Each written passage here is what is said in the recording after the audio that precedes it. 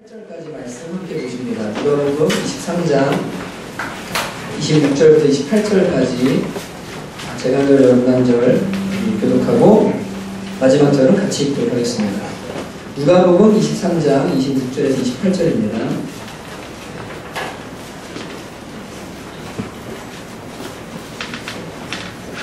누가복음 신약이 있어요. 신약성경 누가복음 23장 26절부터 28절까지 제가 먼저 읽겠습니다. 그들이 예수를 끌고 갈 때 시몬이라는 부르네 사람이 시골에서 오는 것을 붙들어 그에게 십자가를 지워 예수를 따르게 하더라.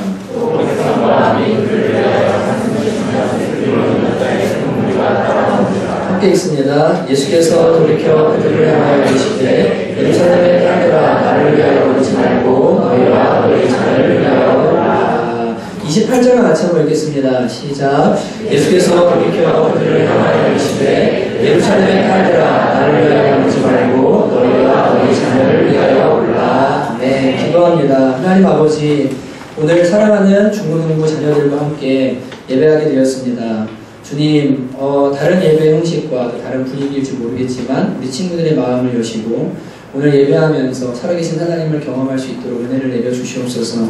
또한 부모님들의 마음에 주님께서 말씀을 넣어주시고 이 말씀대로 자신과 자녀들을 위해 울 수 있는 부모들 될 수 있도록 주께서 은혜 내려주시기 원합니다.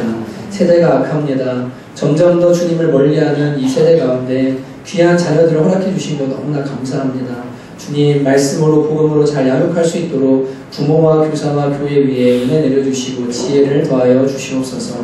교회 하나됨을 허락하여 주옵소서. 예수님 이름으로 기도합니다. 아멘. 제가 예전에 이제 한 몇 개월 된 것 같아요. 이 교회에 이렇게 3층에 올라갔는데 그 친구가 이제 저한테 장난을 친 것 같긴 합니다. 중고등부 친구였는데요. 그 친구가 갑자기 저를 보더니 누구세요? 묻는 거예요. 그렇구나, 여기 성남초등교회 목사님이야. 그랬더니 목사님이 뭔데요? 그러길래 제가 여기 성남초등교회 뭐라고 설명해야 되죠? 그래서 제가 나 여기 교회에 이렇게 전체적으로 이렇게 하면서 제가 무슨 들으면 얘네랑 좀 시간을 가져야 되겠다. 청년부와 장년부가 서로 얼굴을 몰라서 잘 인사를 안 하고 중고등부들과 장년들이 서로 또 잘 모르고 이런 일들이 교회가 점점 숫자가 늘어나면서 점점 커지면서 생기는 걸 보면서 세대 통합 예배가 좀 자연스럽게 일어나는 게 필요하겠구나라는 생각을 많이 하게 됐고, 또 우리 자녀들을 위해서 많이 함께 기도하고, 또 이제 한 달에 한 번 계속 어떻게 할 거냐면요, 중고등부 아이들, 다음번에 초등부 애들 데리고 예배하고 유년부 애들 데리고 예배하고 이렇게 하면서 지속적으로 아이들과 함께 예배하는 시간들을 좀 많이 가져가려고 이렇게 생각을 하고 있습니다. 오늘 이제 중고등부 아이들이랑 예배하게 됐는데 우리 친구들 환영하고, 여러분 한번 우리 중고등부 친구들 앞에서 찬양하도 얼마나 예쁜지 반주 나오자마자 자기가 해야 되는 줄 알고 그냥 딱 시작을 하고, 주님 손에 할 때는 언제 들어갈지 몰라서 축축축 이러고 있는데 너무 이쁘고 예배하면서 너무 예쁜 것 같아요. 우리 자녀들에게 박수 한번 해주시면 좋겠습니다.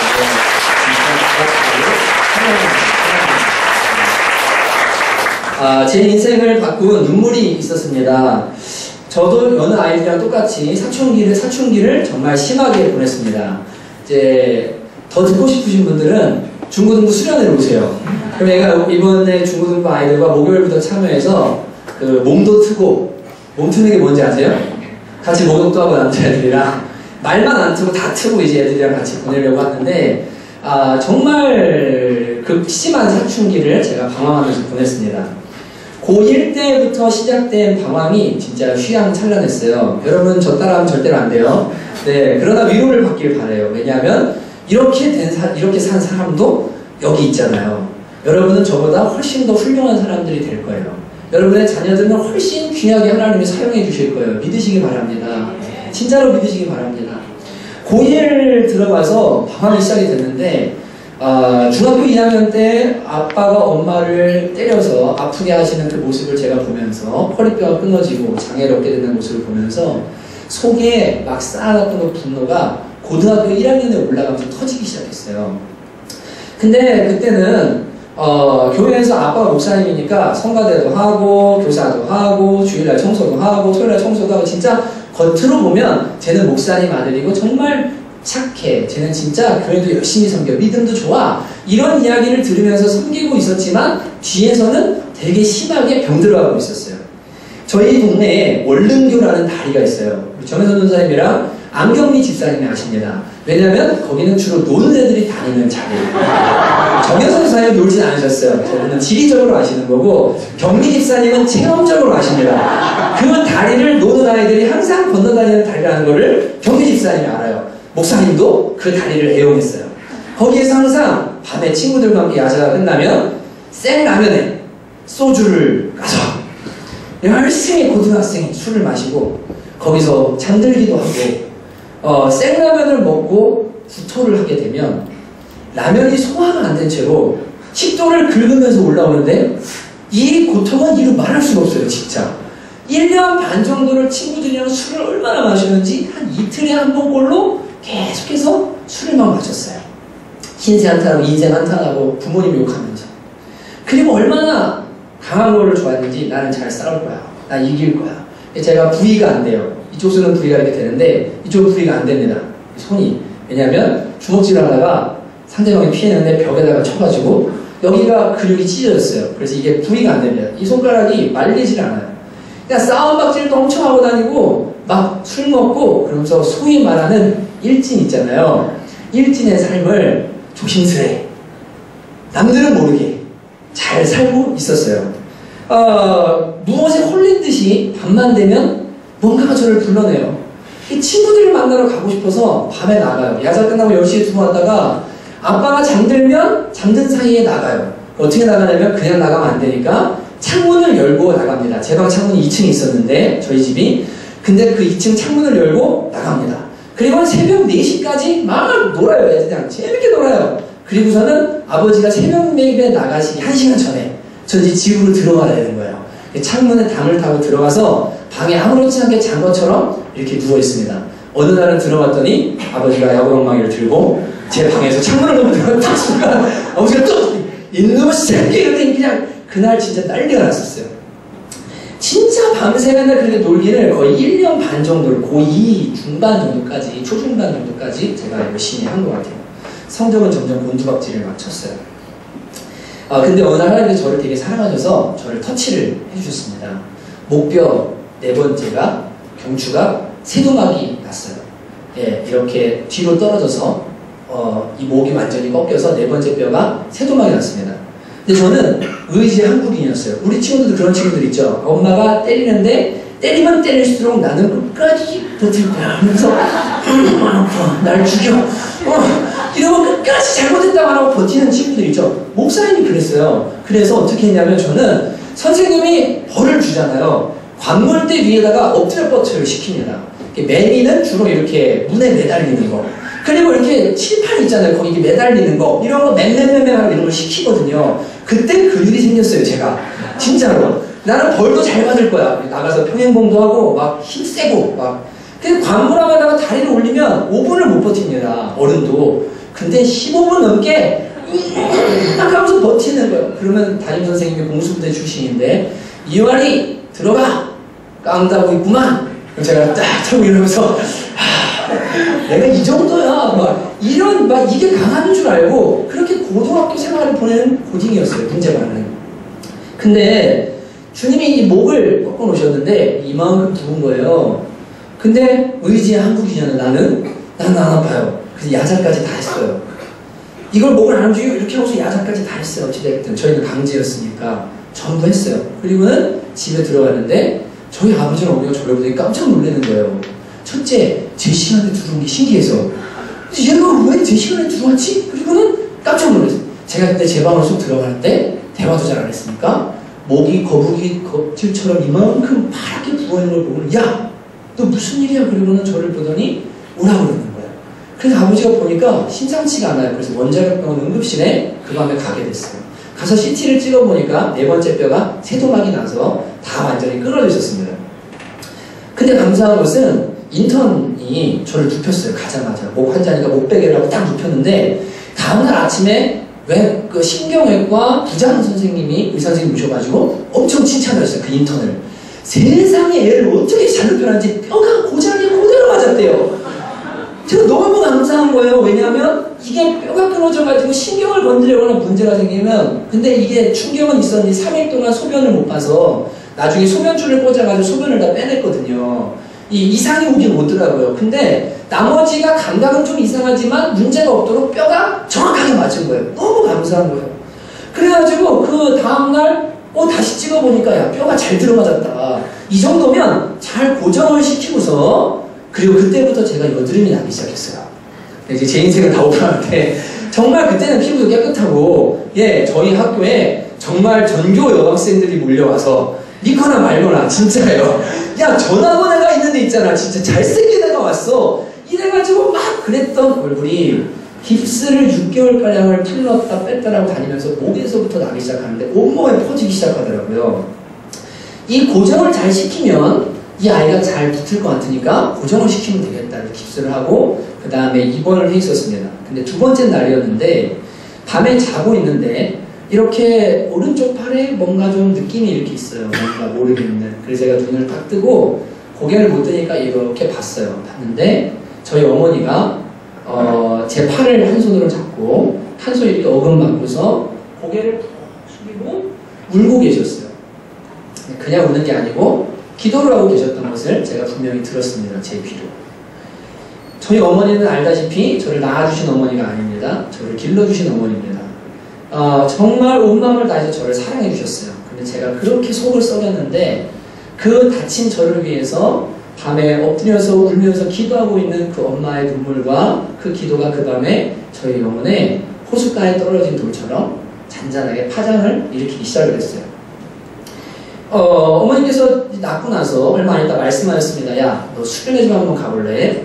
연세중앙교에서 하는 수련회가 있어. 근데 그 연세중앙교회 수련회는 그 당시 어떻게 했냐면, 지금 수련회 안 그러잖아요. 뒷문을 다 잠가요. 그리고 목사님 욕을 진짜 잘해. 목사님 막 이 도그 베이비 아무튼 이게 중고등부 수련 제가 그냥 막 재밌게 할 텐데, 예, 10전대부터 이런 거 알죠? 막 엄청 욕을 막 하시면서 막 애들한테 막 회개하려고 하는데, 세상에 우리 아빠보다 욕을 더 잘하는 목사가 저기 있더라고요. 진짜 깜짝 놀랐어요. 근데 그 수련회를 아무튼 가게 된 이유가 뭐였냐면, 엄마가 이렇게 말씀하세요. 야, 수련 한 번만 가, 옷 사줄게. 근데 제가 옷 때문에 간 건 아니에요. 왜냐하면 다쳐서 밤에 누웠을 때 그 기도하던 엄마의 눈물 있죠, 기도. 그게 제 마음에 계속 남아있는데, 내가 이렇게 하면 안 될 것 같아. 이러면 안 될 것 같아. 이런 마음을 자꾸만 들고던 차에 엄마가 수련회 갈래? 라고 하니까, 겉으로는 옷 사줄 테니 가라 라고 해서, 그래요, 여러분 갈게요. 갈 때 반절 사주고 올 때 반절 사주세요. 이렇게 이제 불안하니까 안 사줄까봐, 예, 갈 때 반절 올 때 반절 사주세요. 이렇게 이제 하고 갔는데 그 수련회에서 처음으로 목사님 살아계신 하나님을 제가 만났어요.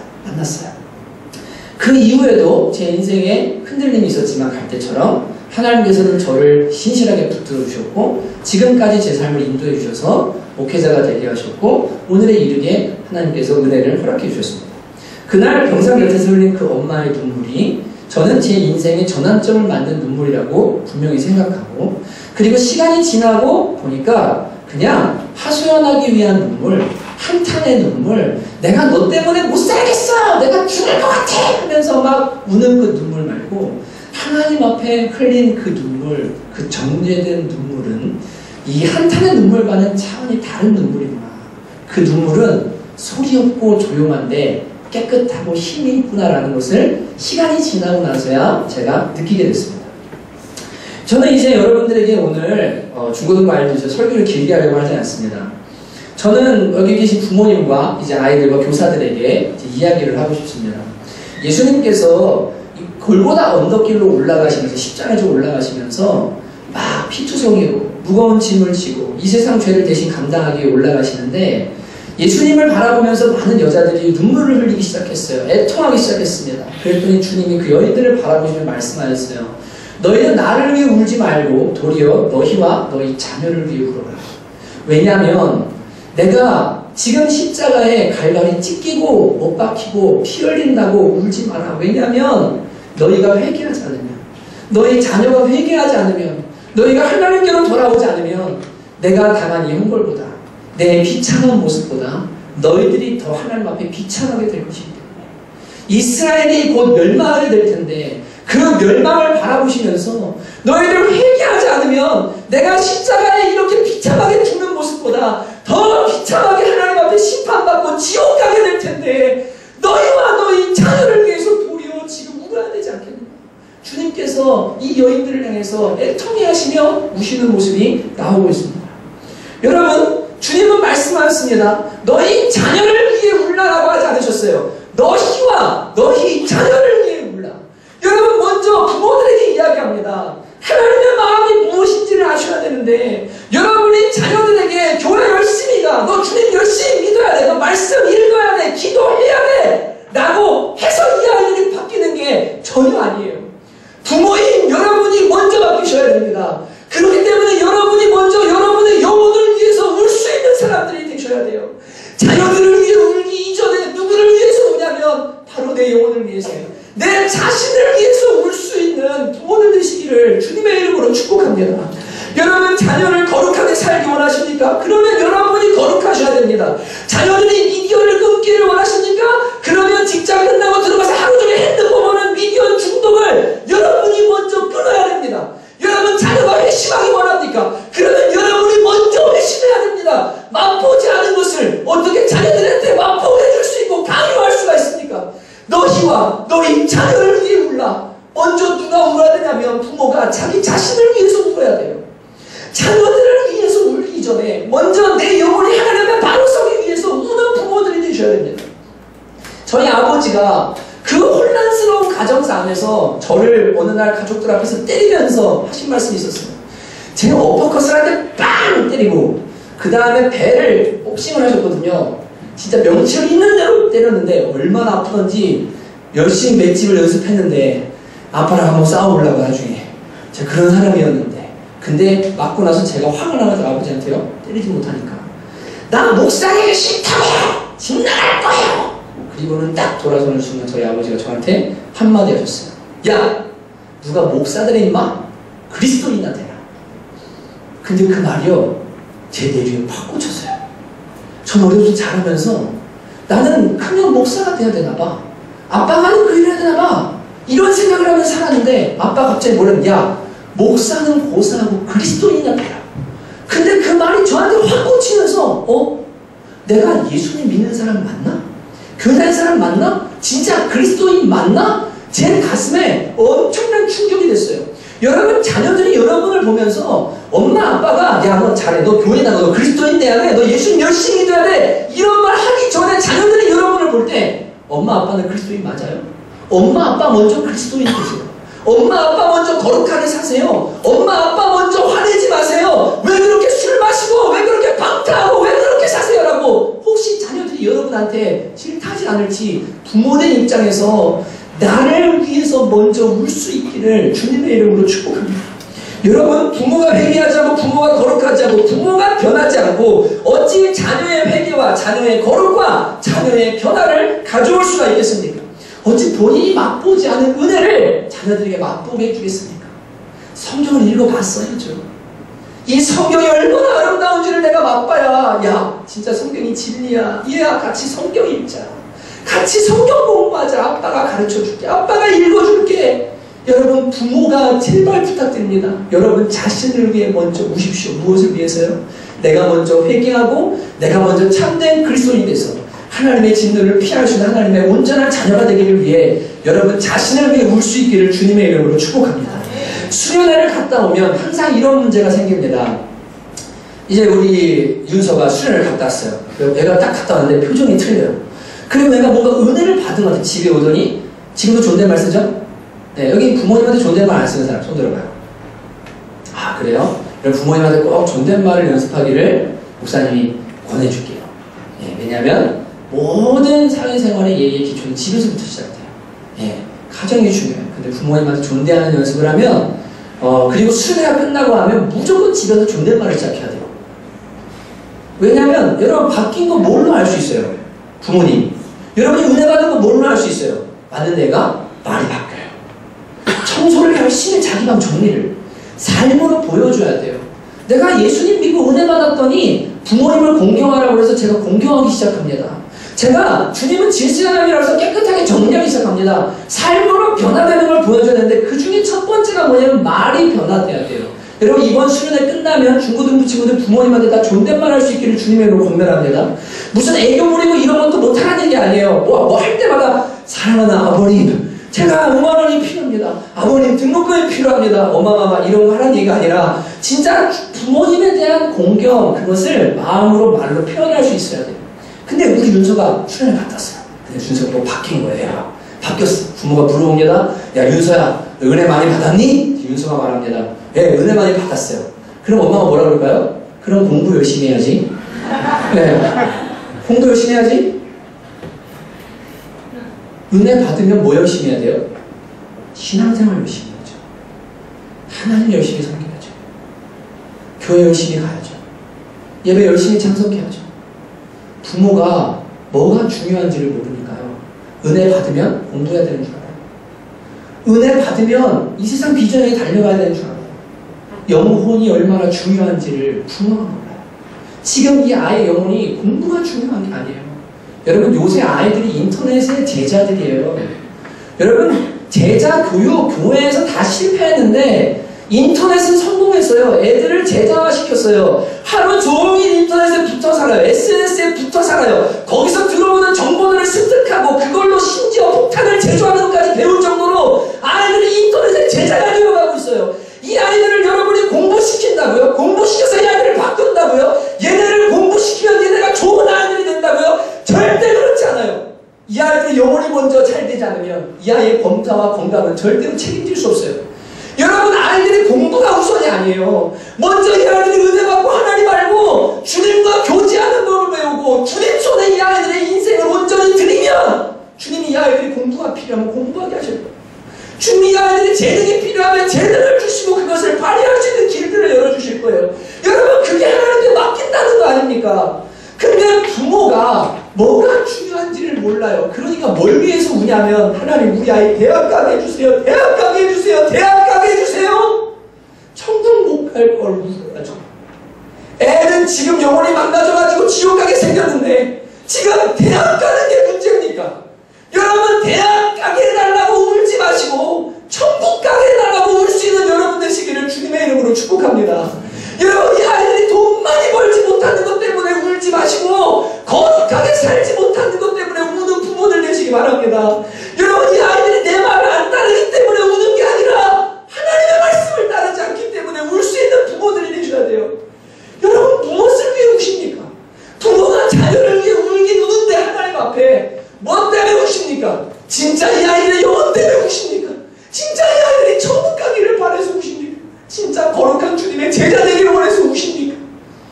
여러분 예수님께서 너희와 너희 자녀를 위해 울라. 회개하지 않으면 심판받는다. 십자가의 내 모습보다 더 비참한 상태에 이를 수 있다. 빨리 주님께로 돌아오도록 자녀들을 위해 울라라고 주님께서 말씀하십니다. 여러분 자녀들의 영혼을 위해서 울 수 있는 부모들 되시기를 주님의 이름으로 축복합니다. 자녀들의 영혼을 우선해서 그 영혼을 위해 기도하는 부모들이 되셔야 돼요. 여러분 자녀들은 잘 들으십시오. 부모님이 여러분을 위해 얼마나 울고 있는지를 알아야 됩니다. 여러분은 자녀를 낳잖아서 모르지만 목사님도 자녀를 낳잖아요. 애들이 아빠 사랑해요 그러면서 앵두 같은 입술로 다가와서 뽀뽀하고 막 끌어안을 때 진짜 애들은 조그맣죠? 근데 그 아이를 안는 순간 세상을 다 가진 것 같아요. 진짜요. 이 마음은 부모된 사람은 알아요. 말로 표현할 수 없어요. 여러분이 한때 엄마 아빠가 없으면 안 돼요. 여러분 지금도 여러분은 엄마 아빠 없으면 안 돼요. 집 나가봐요. 개고생이에요. 여러분 부모님 없으면 여러분 어떻게 살 겁니까? 부모님 여러분 낳았고 여러분의 최선을 다하면서 여러분을 사랑하며 살아오셨어요. 그 자리를 지키고 때로는 아픔도 있었지만 근데 이 부모는 그 자녀가 낳고 안아주고 사랑한다고 말하고 저희 기진이가 문 앞에다가 어느 날 편지를 써놨더라고요. 포스트잇에다가 아빠 내리막길 조심하세요. 오늘 설교 잘하세요. 포스트잇 2장 아직까지 붙여놨어요. 제가 가보로 삼으려고 진짜 그거는 족한 거예요. 부모의 마음은 그래요. 자식이 전부예요. 근데 이 자식이 어느 날 조금 크더니 이 뽀뽀해주던 입술로 삐죽거리기 시작해요. 뒤에서 막 욕하기 시작해요. 방문을 쳐닫고 들어가서 부모 얼굴을 절대 안 봐요. 어느 날 부모를 향해 막 화를 내고 욕을 하고 물건을 집어던지고 부모를 심지어 때리고 그때 부모가 받는 그 충격, 상실감, 아픔들이 얼마나 큰지 몰라요. 그때 부모는 울어요. 근데 그 울 때도 부모들은 왜 우는지 알아요? 서러워서가 아니에요. 내가 얘한테 뭘 잘못했을까? 내가 얘한테 뭘 못해줬을까? 내가 하나님 앞에 얘를 위해 더 기도하지 못해서 이런가? 뭐가 문제인가? 부모는 그런 마음으로 자책하면서 울어요. 여러분, 부모님이 여러분의 영혼을 위해 울고 여러분이 부모님들 마음을 아프게 할 때 울고 힘들게 할 때 우는 그 눈물을 여러분이 볼 수 있다면, 그 부모님 여러분이 우는 그 울음을 여러분이 들을 수 있다면 여러분은 계속해서 그렇게 잘못된 삶을 결코 살 수 없습니다. 여러분, 하나님께서 여러분의 귀를 열어주셔서 부모님의 마음의 눈물을 볼 수 있게 해주기를 주님의 이름으로 축복합니다. 부족할 수 있어요. 그러나 부모는 부모예요. 교사들에게 얘기합니다. 우리 아이들 중에는 눈물로 기도해 줄 수 있는 부모가 없는 아이들이 있습니다. 그 아이들을 왜 교회에 맡기셨을까요? 교사들이 일만 스승은 있으되 아비된 자는 없다라고 주님께서 말씀하시는데, 교회의 자녀들은 남의 자녀가 아닙니다. 우리 자녀입니다. 내가 유초등부 혹은 중고등부 교사입니까? 그러면 주님이 나이를 불문하고 맡기셨을 때는 그 영혼을 무슨 마음으로 케어하라고 맡기신 거냐면 아빠 마음, 엄마 마음으로 케어하라고 맡기신 거예요. 그 자녀들을 위해서 울라고 주님께서 이 아이들을 맡겨주신 거예요. 저 아빠에게 사랑받지 못하는 아이, 엄마에게 사랑받지 못하는 아이, 깨어진 아이, 내면에 문제 있는 저 아이를 위해서 저 아이를 위해 울어줄 사람이 없기 때문에 교사인 너가 좀 울어줄 수 있겠냐? 네가 좀 사랑해줄 수 있겠냐? 주님이 그렇게 우리 교사를 세우신 줄 압니다.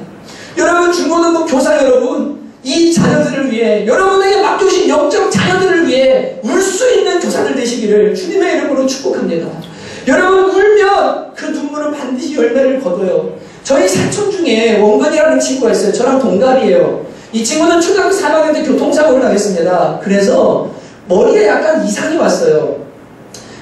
무언가 과잉행동 장애 비슷한 어떤 게 왔는데, 예배 시간에 얼마나 심하냐면 여기 장의자 있잖아요. 예배 시간에 이 장의자를 텅텅텅텅 뛰어 넘어다녀요. 그리고 예배 시간에 그걸 뛰어넘어 다니다가 막 킥을 날리고 진짜 장난이 아닌 친구였어요. 근데 원래 그랬던 애가 아니에요. 교통사고를 당하고 나서 아이가 이상해졌어요. 저희 사촌이니까 제가 잘 알아요. 근데 지금 결혼해서 4명이 아이라고 잘 살거든요. 교회에서 문제아 중에 문제아였는데 이 친구가 변화된 시점이 있어요. 제가 나중에 커서 넌 언제 주님 만났어? 라고 물어봤을 때 이 친구가 저한테 알려줬어요. 교회에서 성경학교를 했는데 지금은 1박 2일 하죠. 그때 2박 3일 했답니다. 자기 반 담임선생님이 여자분이셨는데 정말 자기 때문에 속을 너무 많이 썩었대요. 교회에서. 근데 그날 밤 세족식을 하는 날이었는데 그 여자 선생님이 자기 발을 씻어주면서 펑펑 울더래요. 기도하면서 펑펑 울더래요. 근데 이 친구 마음에 갑자기 이상한 마음이 들어왔대요. 이 사람 왜 나를 위해서 울지? 저 눈물의 의미는 뭐지? 우리 엄마 아빠도 나를 위해서 안 우는데 이 사람 왜 나를 위해서 울어주지? 그리고는 꽉 끌어안아주는데 그날 자기 마음에 뭐가 들어왔대요.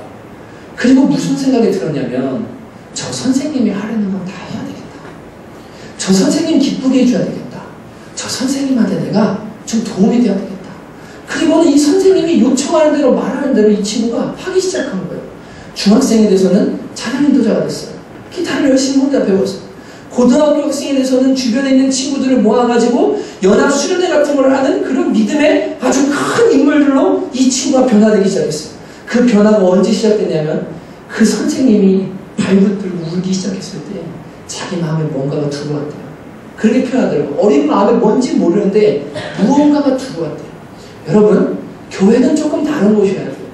세상에서 자라는 아이들이 교회에서도 칭찬받는 것은 그건 당연한 걸 수 있어요. 그러나 세상에서 낙오됐어요. 거기서 이 아이가 받아들여지질 않아요. 문제가 있어요. 아픔이 있어요. 그러면 교회에서는 그 아이들을 더 사랑해줘야죠. 더 받아줘야죠. 얘가 갈 데가 없어서 교회를 왔는데, 얘가 어디 마음 붙일 데가 없어서 교회를 왔는데, 교사마저 사역자마저 볼품없고 무언가 별로 말 안 듣고 문제 있는 것 같아서 무조건 만약에 내쳐야 된다면 여러분 어떻게 그게 교회일 수 있습니까? 여러분 이 일은 쉽지 않아요. 쉽지 않으시는 일은 어렵습니다. 좋은 사람, 예쁜 사람, 말 잘하는 사람만 데리고 목회하라 그러면 목회가 쉬울 수 있겠죠. 그러나 문제없는 사람이 어디 있어요? 아프지 않은 애들이 어디 있어요? 여러분 주님께서 그런 아이들을 보내면 왜 우리 교회가 받으라고 교사인 내가 이 아이 위해 울어주라고. 왜냐하면 얘 위해 울어줄 부모가 없으니까 주님이 그렇게 보내신 줄 알고 여러분 아이들을 위해서 눈물을 흘릴 수 있는 교사들 되시기를 주님의 이름으로 축복합니다. 여러분 울면 이 눈물은 딴 데 가지 않아요. 이 영혼을 위한 기도는 주님이 반드시 응답해 주세요. 교회 역사 속에서 가장 훌륭한 신학자를 들려면 우리 어거스틴을 듭니다. 어거스틴의 은총론은 바로 우리가 지금 배우는 이 성경의 가장 귀한 진리 중에 하나인데 칼빈을 통해 청교도를 통해 우리에게까지 흘러온 가장 귀한 교리예요. 성경의 진리입니다. 은총론. 우리 은혜로 구원받는다. 하나님의 은혜가 우리를 구원한다. 하나님의 주권이 우리를 구원한다. 근데 이 어거스틴이 354년 11월 13일에 북아프리카 타가스트에서 태어났는데 아빠인 파트리키우스는 이교도였고 엄마인 모니카는 크리스찬이었습니다. 신실한 크리스찬. 그 날 때부터 이 아이를 위해 열심히 기도했고 키우면서 기도로 키웠어요. 근데 기도로 나와서 기도로 키운 이 아이가 12살이 되어서 그 카르타고에 유학을 가게 되는데 이때부터 어마어마한 방황을 시작을 합니다. 수많은 여자들을 막 만나기 시작하다가 18세가 돼서 18살이 됐을 때 아이를 하나 낳아요. 아이를 낳게 됩니다. 완전 멘붕이죠. 머리는 좋았는데 생활은 엉망이었고 수많은 여자랑 동거를 하고 그리고 신앙도 버리고 마니교라는 이단에 이 어거스틴이 깊숙이 빠지게 됩니다. 머리는 좋았기 때문에 공부를 열심히 해서 나중에 로마의 밀라노의 시 대변인도 되고 높은 자리에 올라가기도 하는데 이 엄마는 마음이 너무 아픈 거예요. 이 자녀가 하나님을 버리고 방탕한 삶을 살고 있으니까. 매일매일 교회에 가서 기도를 하는데 이 타가스테 교회 감독이 울고 있는 이 모니카에게 이렇게 이야기를 했습니다. 유명한 말이죠. 눈물의 기도로 키운 자식은 망하지 않습니다. 포기하지 마십시오. 좌절하지 마십시오. 계속 기도하십시오. 이 자녀를 위해 울고 또 울고 하는데 포기하고 싶은 그 찰나 감독이 와서 이렇게 말한 거예요. 기도의 눈물로 키운 자식은 절대 망하지 않습니다. 절대 포기하지 마십시오. 그리고 열심히 계속해서 자녀를 위해 기도하며 주님께 맡기고 기도했어요. 근데 32살이 되던 해에 어거스틴이 자기 집 정원에 있다가 무슨 소리를 듣게 되냐면 이게 아이들의 소리인지 무슨 소리인지 모르겠는데 톨레레게라는 말을 듣게 됩니다. 집어들어 읽으라. 집어들어 읽으라라는 2번 반복되는 소리를 듣게 돼요.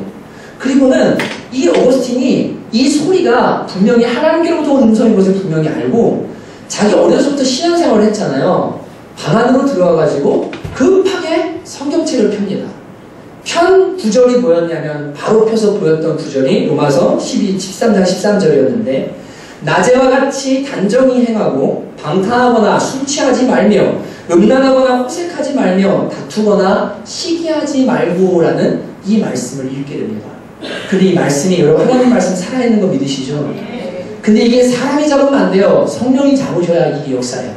성령님이 말씀 어거지 마음에 집어넣으신 거예요.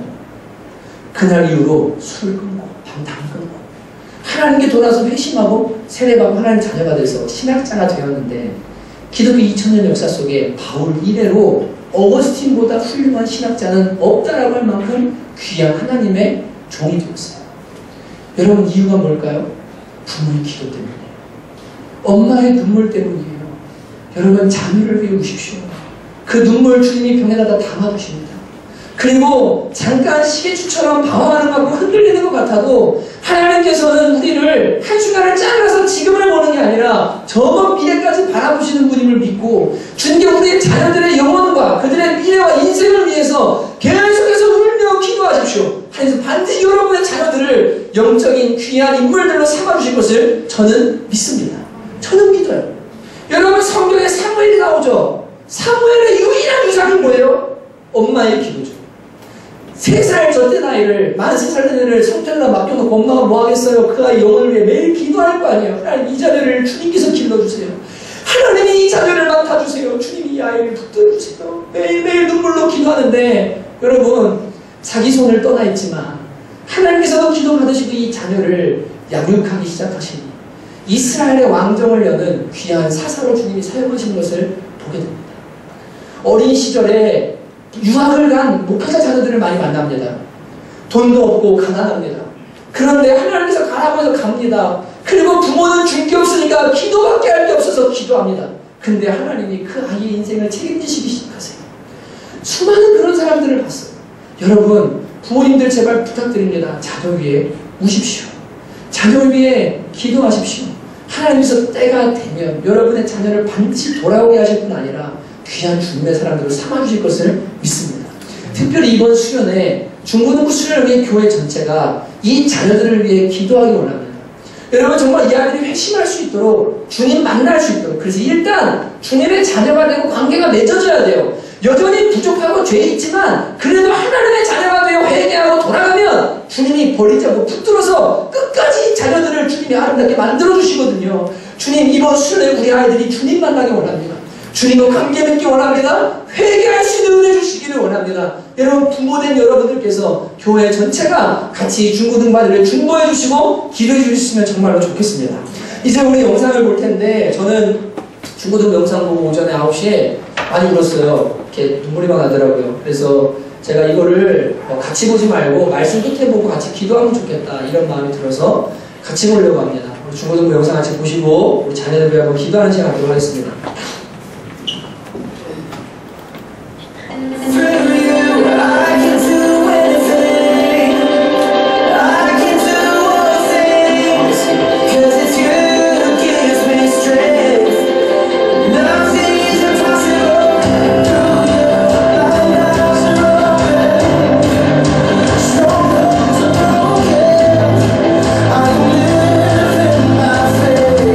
Nothing is impossible.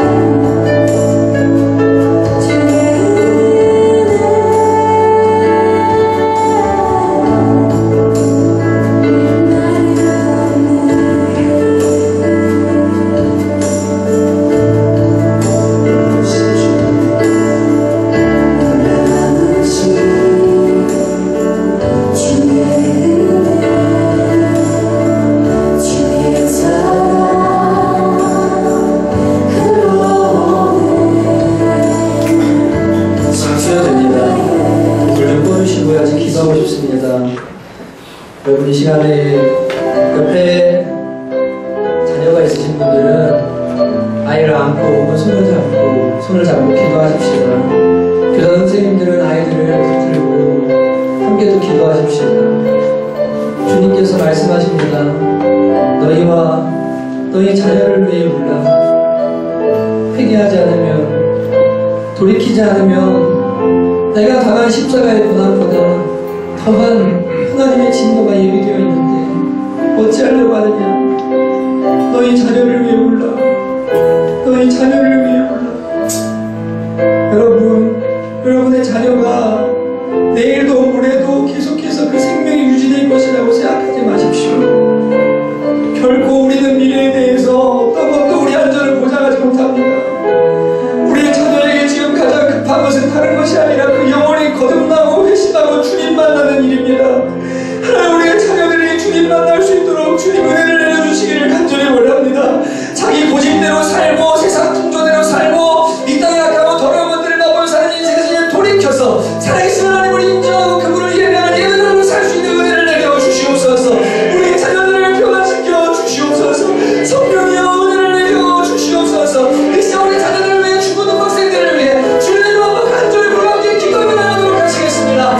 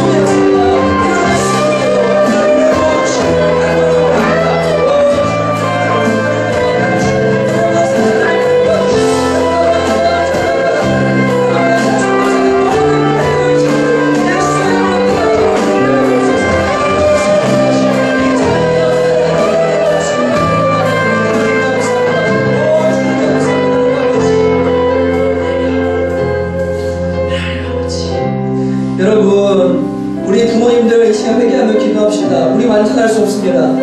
그러나 주님의 온전하심과 가지고 온전하심을 향해서 그리스도인들은 달려가야 됩니다. 여러분이 술에 취했고, 여러분이 인터넷과 음란에 취했고, 여러분이 분노에 사로잡혀 있고, 여러분이 거짓과 이 세상 것들에 가득 사로잡혀 있으면서 어찌 자녀들만 거룩하고 자녀들만 잘 되기를 바랄 수가 있습니까? 여러분 자신을 위해서 지금 보십시오. 하나님, 이러다가는 제 영혼조차도 지옥 갈지 모르겠습니다. 하나님, 저의 영혼을 주님 깨워주시고 바로 세워주시옵소서. 하나님, 저에게 은혜를 내려주시고 가정에서나 교회에서나 그리스도인으로서 참된 삶을 살아가도록 은혜를 더하여 주옵소서. 하나님, 교회에서와 가정에서 같은 사람 될 수 있는 은혜 더하여 주시옵소서. 이 시간 주님의 이름으로 부모님을 먼저 회개하며 함께 기도하러 나가도록 합니다. 주여,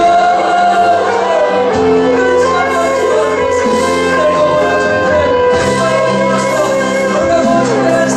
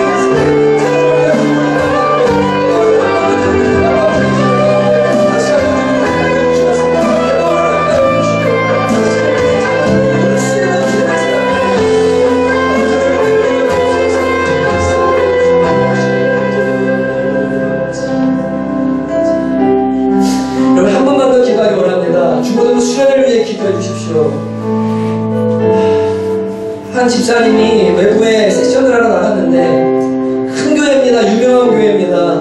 망원동에 있는. 근데 그 큰 교회에 고등부가 10명이 출석을 한대요. 여러분, 어떤 통계는 다음 세대 중고등학생들 복음화율이 3%에 미치지 않는다는 통계를 본 적이 있습니다. 여러분, 점점 믿음의 세대가 끊어져가는 이때 우리에게 이 귀한 자녀들을 주신 것은 정말로 축복 중에 축복입니다. 하나님, 우리 자녀들이 제대로 예수님 믿을 수 있도록 은혜를 내려 주시옵소서. 이번 수련회 주님 꼭 만날 수 있도록 도와주시고 기저귀를 발견하게 하시고 무엇하면 인생 살아낼지 주님께 보일 수 있는 자녀를 되어주도록 은혜 내려 주시옵소서. 모든 방탕과 더러움들을 버릴 수 있는 능력과 힘을 허락하여 주시옵소서. 이 시간 다시 한번 우리 자녀들과 수련회를 위해서 주님의 앞으로 기도하도록 합니다. 주여,